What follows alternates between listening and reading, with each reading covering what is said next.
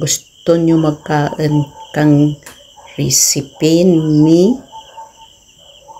panlasang Bisaya? Mayroon tayo dyan. Tuna.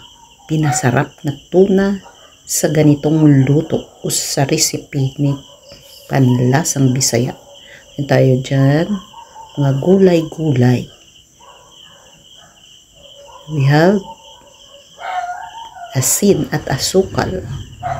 We have what we call tuna. Sliced tuna. We have pichay, carrots, banana. O ayan, pinanghiwa-hiwa ko na yan. Carrots, banana, patatas. Then we have bagu beans. Ang gawin natin ay iprito muna natin itong mga napanghiwa natin niya. Mga ingredients natin. Tungod niya hindi non-stick niya karaha. Dumikit-dikit ang banana natin dyan. Dikit lang naman yan diba? So pwede natin isunod dyan ang ating bagu beans. Pero tingnan nyo, dumikit nga. Ayan.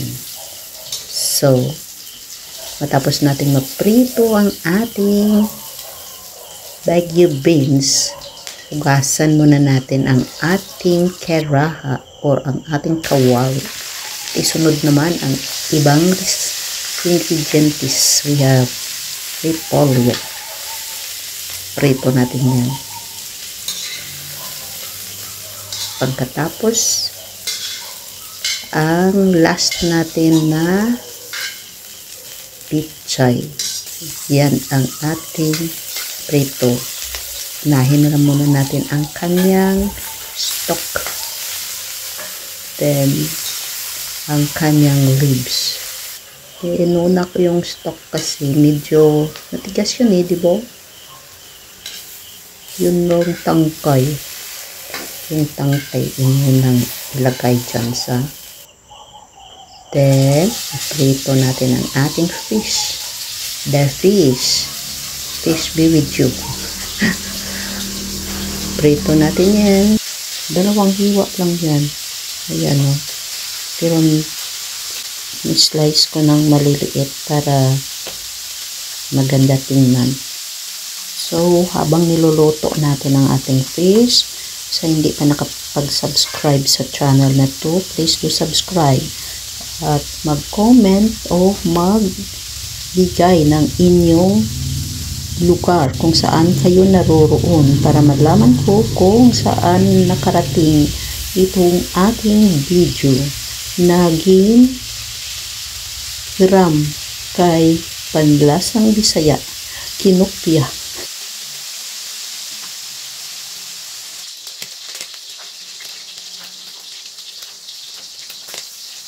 Tapos na maprito ang ating fish, ang gagawin natin ay igisa natin ang ating sibuyas at ang ating garlic.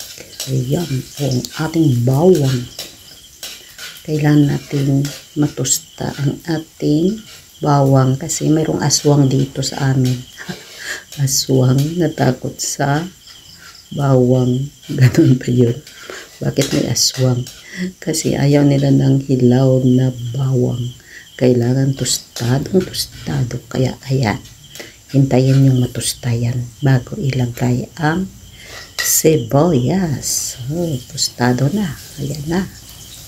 Kasi na-try ko na to. Pangalawang gawa ko na to kasi kahapon ginawa ko, hindi sila kumain kasi mabaho raw ang bawang. Ayaw ng lasa ng bawang. Then, naglagay ako dyan ng tomato sauce. Simutin natin kasi mahal kaya ang tomato sauce. So, ayan. Ayan na siya. Then, maglagay tayo dyan ng water. Medyo dinamihan ko ang water dyan kasi kahapon medyo konti lang ang sabaw. Mas gusto ko kasing masabaw ang ating gagawin ngayon. Naglagay ako ng asin, ng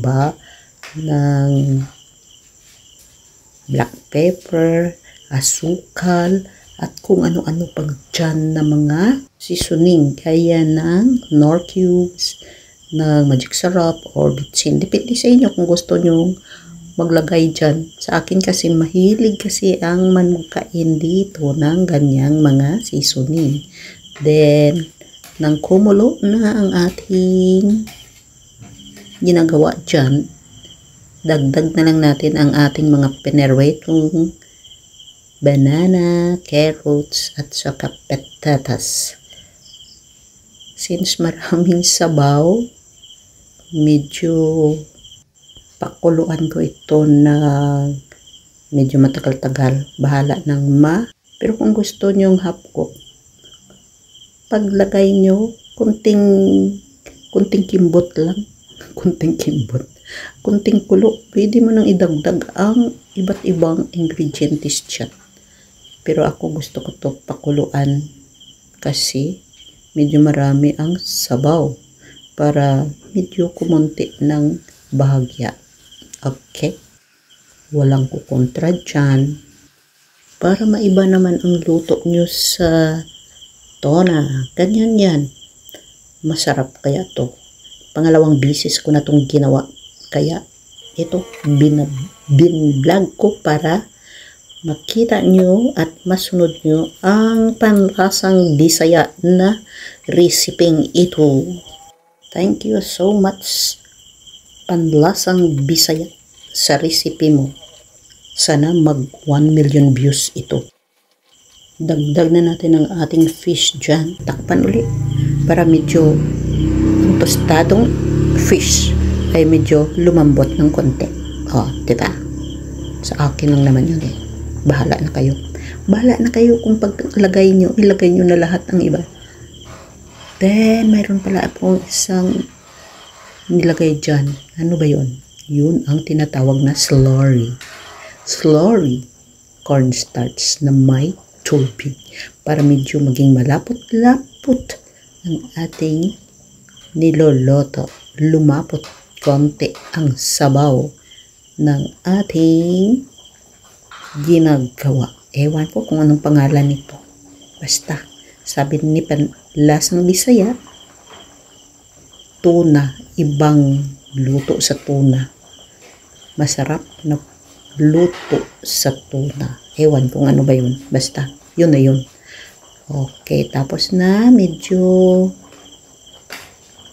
lumambot na siguro yung ating fish. So, nilagay ko na ang ating ibang ingredients dyan. Yung bagyo beans, yung cabbage, pichay. Yung pichay, medyo kahapon, hindi masyadong masarap. Medyo, ang pichay, di ba pag hindi masyadong luto, mapait-pait siya. So, ang ginawa ko ngayon ay niluto ko yung konti. So, ayan lang. Kaya marami akong sabaw dyan kasi gusto kong maluto ang pichay dyan. Diba? Tapos na yan. Pwede na tayong kumain. Maghain na ako dito para sa pananghalian ko. Ayan. Hinahanap ang mga iba't ibang veggies dyan kasi masarap na masarap yan. At hindi mo na kailangan kumain ng rice dyan kasi sa mga ingredients na palang like banana, carrots, and potatoes, dagdagan mo pa ng carrots, beans, at pichay. Ayan. Busog ka na. Samahan niyo ako, kakain tayo. Ganyan lang yan. No rice. Veggies na lang. Diba? Nakatipid kayo sa bigas. Mahal kasi ang bigas ngayon, diba? Salamat sa panunood. Sana mag 1 million views itong videos ko. At pwede nyo ring i-share o mag-comment kayo kung saan kayo para malaman ko kung saan nakarating ang aking bidyong ito. Maraming salamat sa panunood at pwede nyo ring i-share ito.